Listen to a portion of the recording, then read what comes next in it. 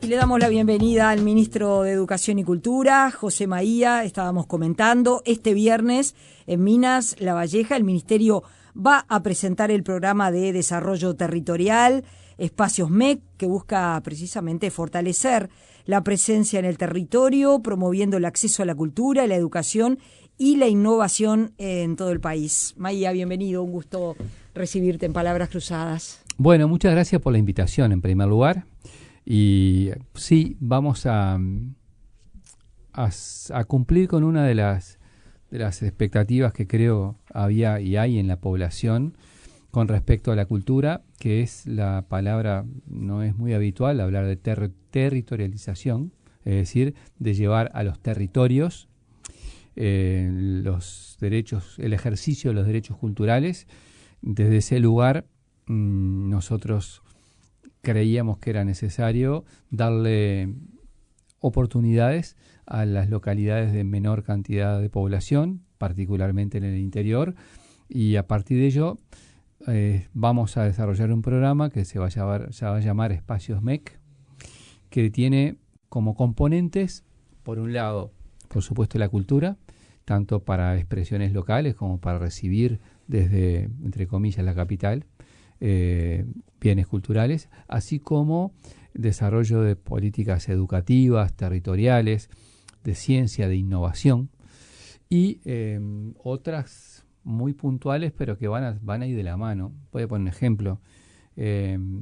Para difundir el cine uruguayo, esos espacios pueden ser espacios de decir, bueno, voy a un barrio, estoy en un lugar específico. Después, hay otras políticas públicas que se van a cruzar. Estamos tratando de volver a las fuentes en este sentido, y desde ese lugar hay que trabajar con otras áreas del Estado para potenciar apoyos, y también con la sociedad civil. Es decir, estoy hablando de intendencias, de gobiernos municipales, gobiernos locales, de los parlamentos locales. Estoy hablando de que pueda haber clubes deportivos, instituciones culturales que tengan necesidad y ganas de hacer, y vamos a tratar dentro del marco presupuestal posible de estimular esto.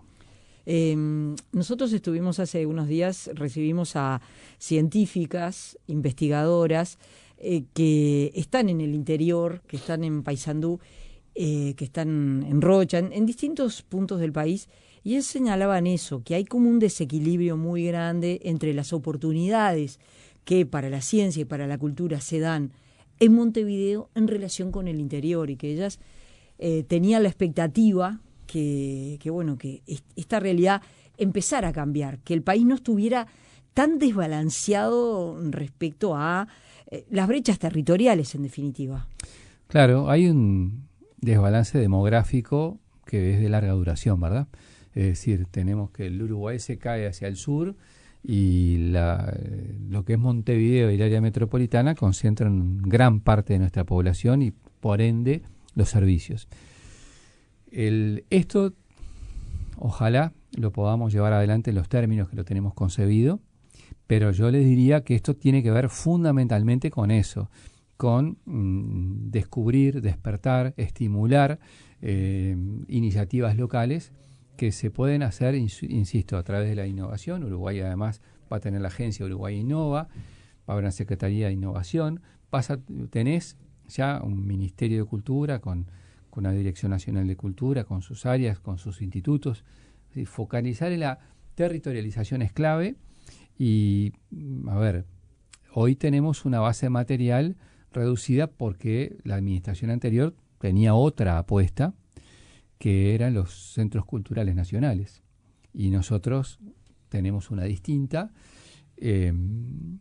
Hay 19 coordinadores, uno por departamento.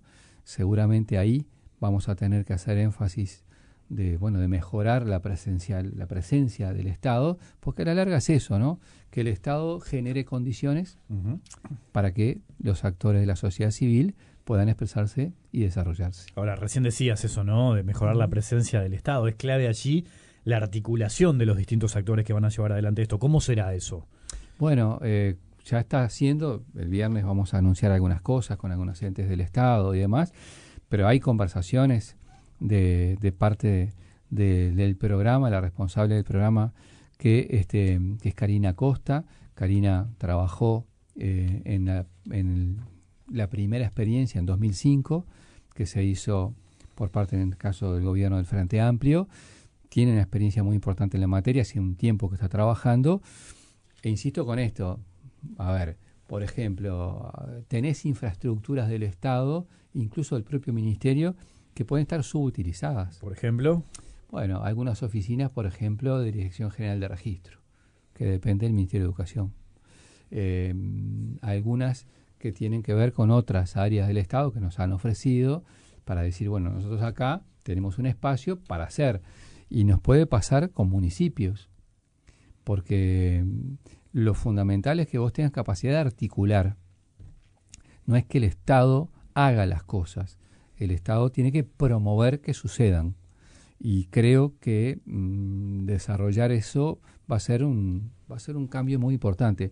No va a ser de la noche a la mañana, por supuesto, pero sí entiendo que hay buenas expectativas y legítimas expectativas. ¿Por qué? Porque, bueno, a veces cuando uno habla de cultura no se pone en el lugar que verdaderamente tiene en la sensibilidad de la gente. Siempre planteas, bueno, otras necesidades primarias que todos tenemos, ¿no? Trabajo, salud, educación, vivienda, seguridad. Pero hay toda, en los momentos más duros del país, hay toda una cantidad de manifestaciones culturales que generan dinámicas locales, que generan trabajo, que generan valores, que bueno, esa es un poco la idea de promover.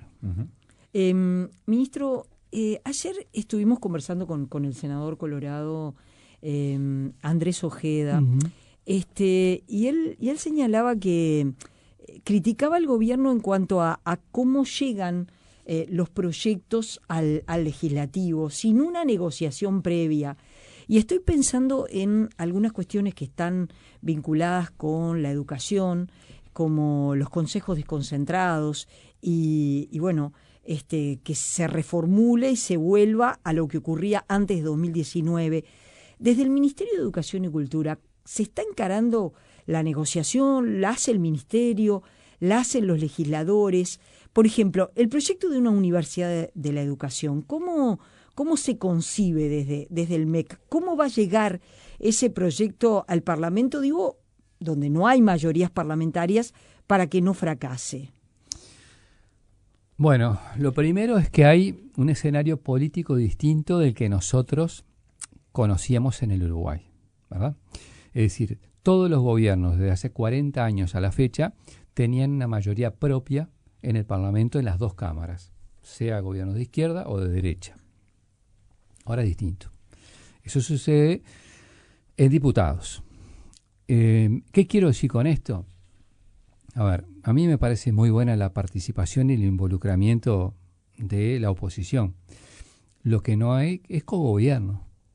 La gente eligió, y por una diferencia mayor que la que tuvo la calle Pou sobre Daniel Martínez en la segunda vuelta, porque ahí hubo 30.000 votos de diferencia, Yamandú sacó más de 100.000 de diferencia a Delgado. Bueno, hay una diferencia en que la gente laudó al respecto. ¿Eso quiere decir que vos le pases por arriba al otro? No. Quiere decir que hay una impronta en que, insisto, no hay un cogobierno.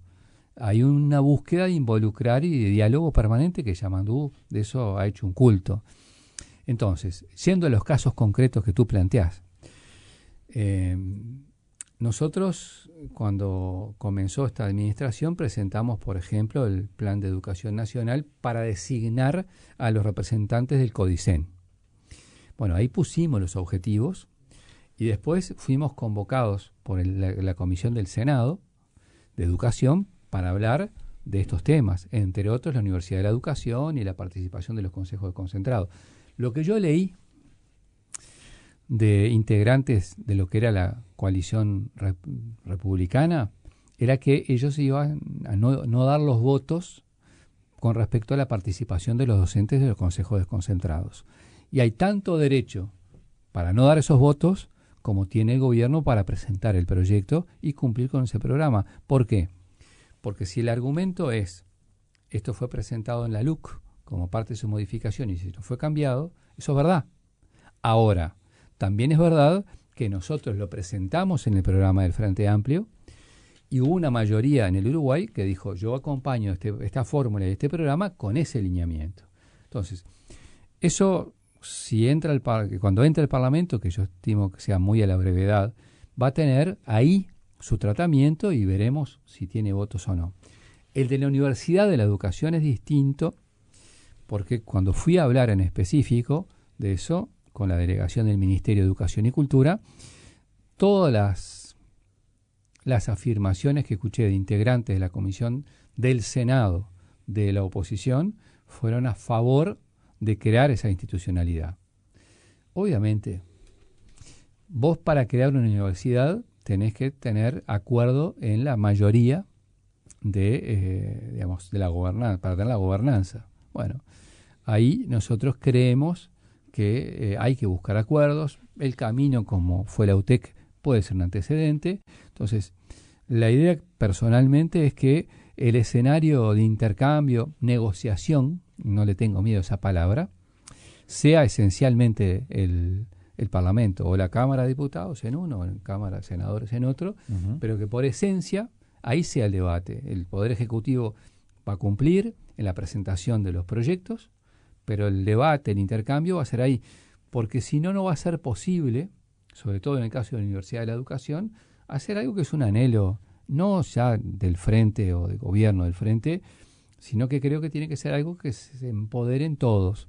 Para empoderarse todos, obviamente tiene que haber diálogo, y lo hay en estas semanas con los actores educativos, lo va a seguir habiendo, pero requiere acuerdos. Ahora, justamente, ¿no? Más allá del debate parlamentario, quizás mucha gente se puede estar preguntando por qué es necesaria la Universidad de la Educación, ¿no? ¿Cuál es la mirada del gobierno? ¿Cuál sería el aporte de la Universidad de la Educación en este contexto, por ejemplo? Mejorar la formación docente en primer lugar. Es decir, es un atraso que tiene el Uruguay que estos no tengan rango universitario, el título. No hay explicación. A ver, ¿por qué los que les llamamos profesores de educación física son licenciados, egresan lo que era el viejo ISEF de la facultad, y no te pasa con los profesores de historia, los maestros y las maestras, o los maestros técnicos de UTU, por decir ejemplos? ¿Cuál es la diferencia de nivel? No la debe haber. Hay problemas de acuerdos, de diseños institucionales, creo que tienen que abordar. Entonces, yo aspiro personalmente que en este periodo podamos avanzar. Estuvimos cerca en otros. Después, si hay voluntad, no va a ser solo de una parte. Acá hay que hacerse responsables. Si hay Universidad de la Educación, va a ser una responsabilidad de todo el sistema político o todo lo que acompañe. Y vamos, yo voy con mucha apertura para que esto sea posible. ¿Sos optimista en que se pueda dar esto en este periodo, por ejemplo? Sí, soy optimista. Ahora, ¿consideran que eso puede llegar a mejorar los aprendizajes, por ejemplo? Bueno, lo que pasa es que eso es un proceso. O sea, en educación los cambios decantan sucesivamente con el tiempo. No hay otra manera. Entonces, además, en un mundo que cada vez es más dinámico, a ustedes les habrá pasado 1.000.000 de veces a esta altura, pero por ejemplo, todas las veces que nos interpela los usos de la inteligencia artificial, a todos, en todos los planos, habidos y por haber. Y bueno, eso está hoy, si hay algo que está cuestionado, entre otras cosas, es la dinámica de los aprendizajes, del conocimiento. ¿Por qué? Porque, bueno, la tecnología nos apuró y estamos en eso. Cuando se aprobó la universidad, la UTEC, desde el Partido Nacional y del Partido Colorado, se estuvo en contra de que fuera una universidad cogobernada. Finalmente, para obtener la aprobación, no tiene ese estatus. En el caso de la Universidad de la Educación, el Frente Amplio está dispuesto a que, bueno, a que si bueno, a conceder esto, y bueno, y si no es cogobernada, no es cogobernada. Pero el Frente Amplio va a promover que sea cogobernada. Sí, va a promover que sea cogobernada y tratará de caminar por los lugares que haya acuerdos para hacer posible que haya universidad. Esa es la prioridad. Nosotros vamos a ir con una propuesta que hace al programa del Frente, pero sabemos que el que haya una institución universitaria, la tercera universidad pública y estatal del Uruguay, no depende solo del Frente Amplio. Por eso entiendo que hay que tener mucha apertura. Yo la voy a tener desde lo personal, el gobierno la va a tener, porque además tenés que mirar las cosas en perspectiva. Hoy, cuando tú hablas de la UTEC, y nada, todo el sistema político se saca boleto, hablando pronto y claro, y no me parece mal, porque lo votamos todos. Fue iniciativa en el gobierno del Frente, pero la votamos todos. Yo estuve en ese día, en esas sesiones, en todo lo previo, me acuerdo haber discutido con el propio presidente Mujica, porque él tenía la idea que fuera desde lo que era la UTU hoy, y con quien era compañero mío de diputado Roque Arregui, el maestro Roque Arregui, trabajamos y dijimos, no, mirá, tiene que ser de terciario en adelante. Y ahí quedó, medio ahí, llegamos a negociación. Recuerdo ver al intendente hasta hace poco, intendente de Durazno, Cacho Vidalín, parapetado en el fondo de la bancada del Partido Nacional, diciendo, el interior pide por esto. Y bueno, vos tenés 33 centros en todo el país, tenés expansión territorial en todo el Uruguay, tenés los SERP, los IFD, el IPA, Magisterio, INET, educadores sociales, tenés una masa importante. Y bueno, yo me lo imagino en algo que tiene que ser en términos sucesivos y acumulativos. ¿Qué quiero decir con esto? No van a ser de la noche a la mañana una universidad. Tenés que fijar etapas de transición, procesos, darle tiempo para que lo que salga a partir de una realidad que ya existe, salga. Porque es distinto a la UTEC, que pasaron 10.000 estudiantes en todo este tiempo y empezó con 44. Es distinto. Estamos conversando con el ministro de Educación y Cultura, José Carlos Maía. Hacemos una pequeña pausa y ya seguimos. Estamos conversando esta tarde con el ministro de Educación y Cultura, José Maía. Se viene la instancia presupuestal. ¿Cuáles van a ser las prioridades que tiene el ministerio? Bueno, las prioridades tienen que ver esencialmente con sus objetivos. Y estos son los que refieren... el nombre un poco lo dice, la educación y la cultura, pero no exclusivamente. Los objetivos, uno va a ser sin duda la territorialización de la cultura, no va a ser exclusivamente a través del del programa pero un poco el norte de todo esto es que todas las políticas públicas que hagamos, tanto en educación, en cultura, como en todas las demás áreas que tiene el ministerio, porque la gente no tiene por qué manejarlo, pero tú estás hablando, por ejemplo, del registro civil, estás hablando de Dirección General de Registro, estás hablando del cine, de patrimonio, del SODRE, de cooperación internacional. La ley de teatro. La ley de teatro, que bueno, va a estar dentro de las cuestiones que vamos a promover. O sea, hay una enorme cantidad, una enorme diversidad de objetivos que, desde el punto de vista político, bueno, vamos a conversar en el gobierno cómo se pueden expresar presupuestalmente dentro de un marco general complejo. Uh-huh. Hoy lo que hablábamos recién, ¿no?, en el primer bloque de cuestiones educativas, que necesariamente, independientemente de quién gobierno, se necesita de acuerdos, ¿no?, de que el sistema político pueda conversar. Hablábamos del ejemplo de la UTEC, de esto de la Universidad de la Educación. El otro día Gerardo Caetano decía que él tenía la sensación de que estábamos en una campaña electoral permanente, ¿no?, que pasaron las elecciones, pero que desde la oposición había una crítica constante a lo que estaba haciendo el gobierno, que hubo un cruce también entre gobierno y oposición. ¿Cómo lo ves vos? De hecho, a partir de esto que estoy diciendo, ¿no?, de que se necesiten acuerdos para poder definir algunos aspectos claves del país. ¿Te da esa sensación de que hay campaña permanente? Tengo esa sensación, yo coincido con ese análisis. Qué bravo de sostener esto, ¿no?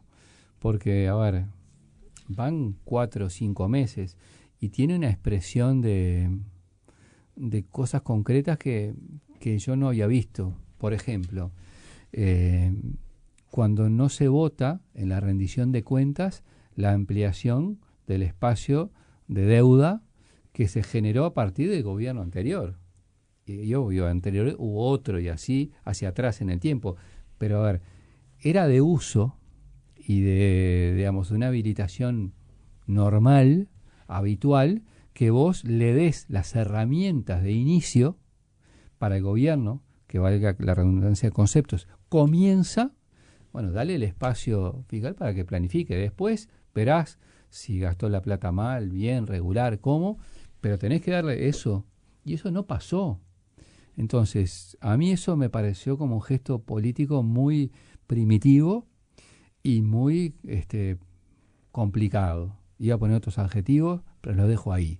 Y entonces, si vos ves un poco esa actitud que tiene como modus operandi el escándalo perpetuo, es como escandalizarse ante todas y cada una de las cosas. Bueno, la gente a la larga nos va a mirar, nos va a evaluar a todos y después verá.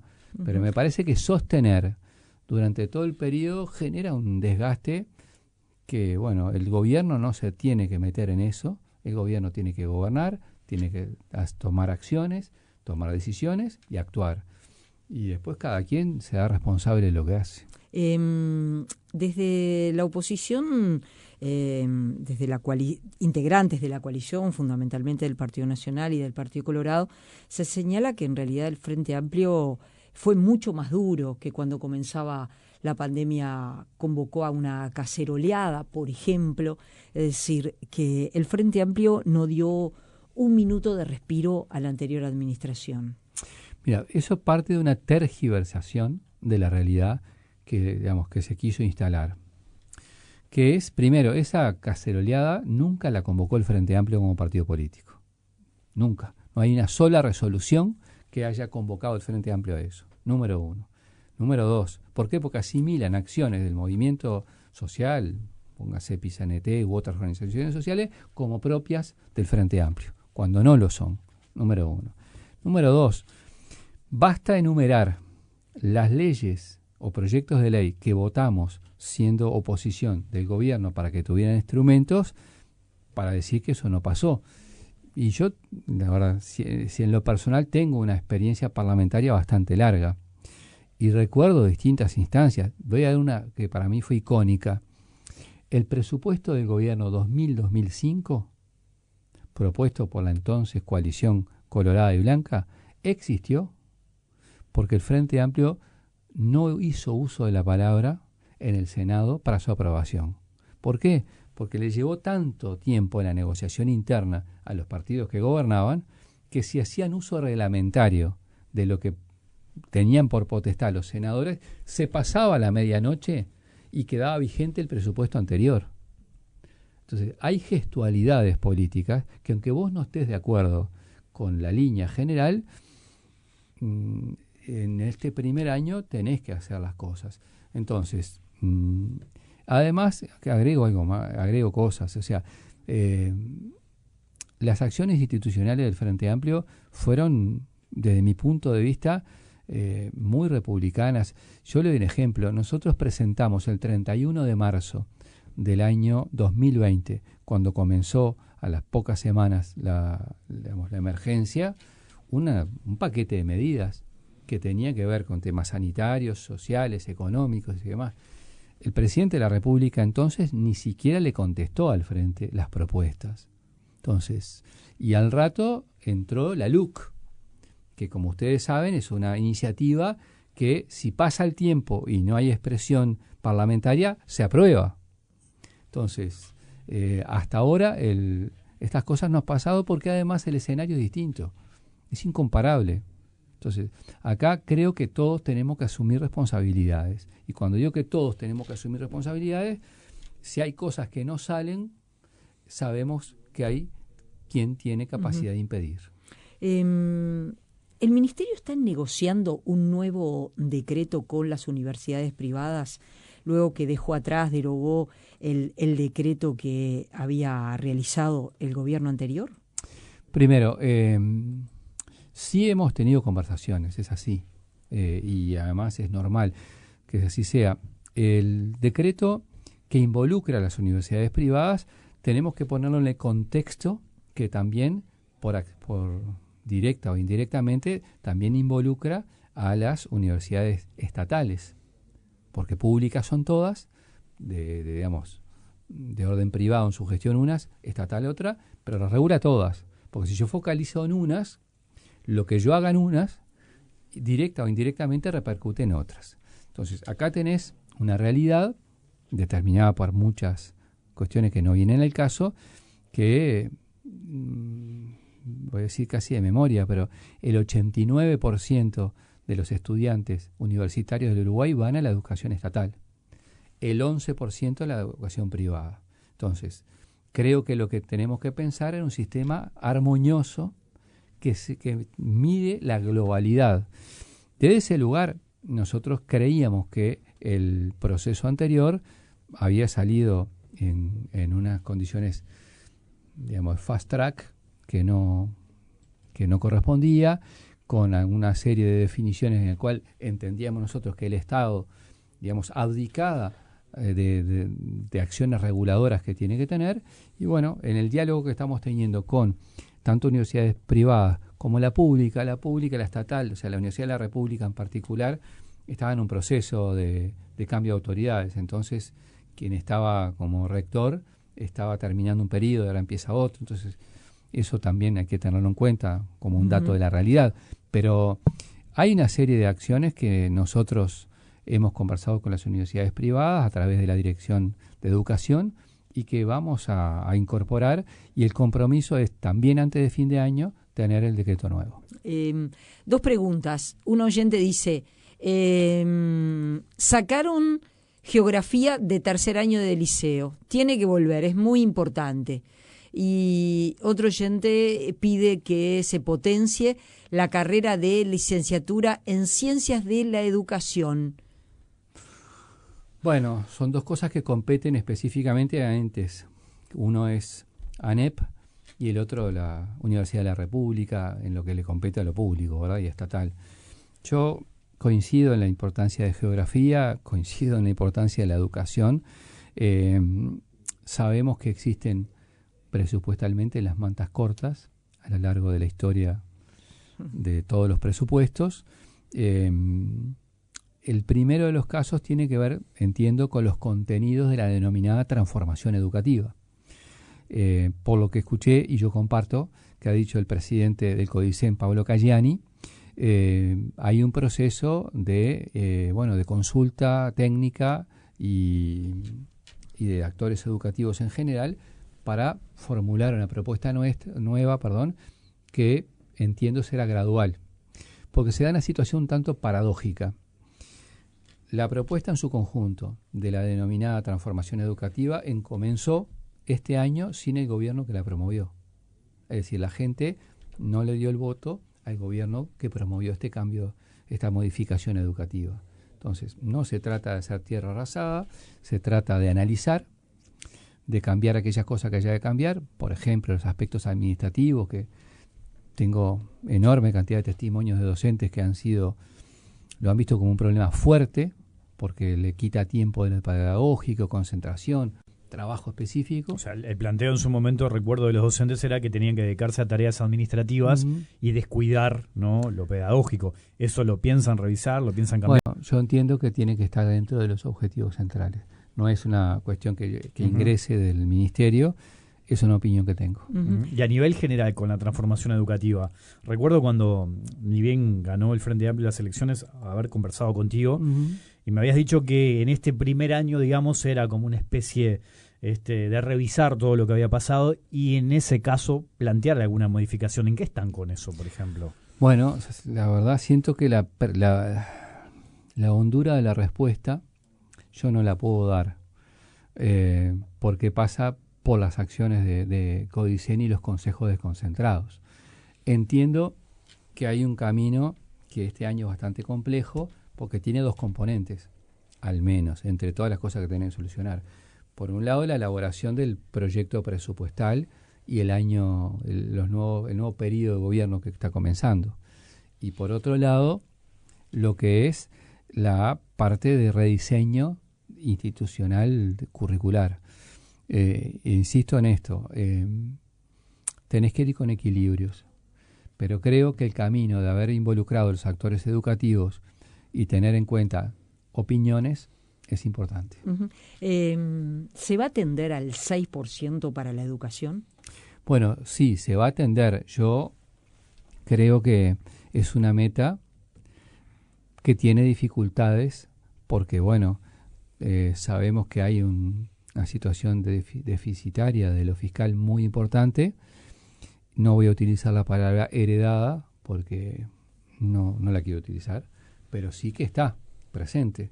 Entonces, desde ese lugar vamos a hacer el esfuerzo máximo posible para mejorar y acercarnos hasta donde podamos. Esa es la respuesta. ¿Acuerdos con España que involucren la cultura, la educación? Sí, hay una cantidad que son recontra importantes.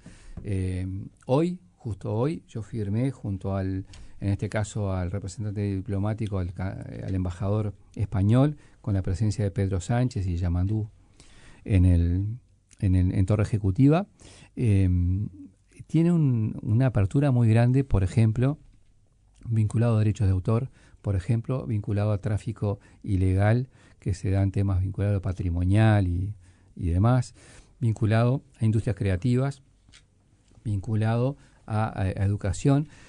Hay un debe que no está en este convenio, que nosotros lo pusimos sobre la mesa y que lo vamos a seguir trabajando, que tiene que ver con la homologación de algunos títulos que hay en España para el ejercicio de personas que han tenido que emigrar y llevar adelante sus profesiones en ese país. Es un capítulo muy rico, tengo buenas expectativas que en ese marco de convenio después podamos ir avanzando porque supone apoyos técnicos, oportunidades, grupos de trabajo. Nosotros en estas horas pensamos dar difusión de algunos de los contenidos de ese acuerdo porque creo que hay que meter mucho para adelante porque la parte internacional tiene que derramar y aplicar en territorios. Es decir, que vos sientas que los acuerdos que tú haces con otro país son y significan oportunidades para personas concretas, acá en el Uruguay o para compatriotas que están en el exterior. Porque hoy la dinámica del vínculo internacional cambió, es otra humanidad. Uh-huh. Ministro José Carlos Maía, gracias por tu participación esta tarde. Palabras cruzadas. Gracias por la invitación, un fuerte abrazo a toda la audiencia.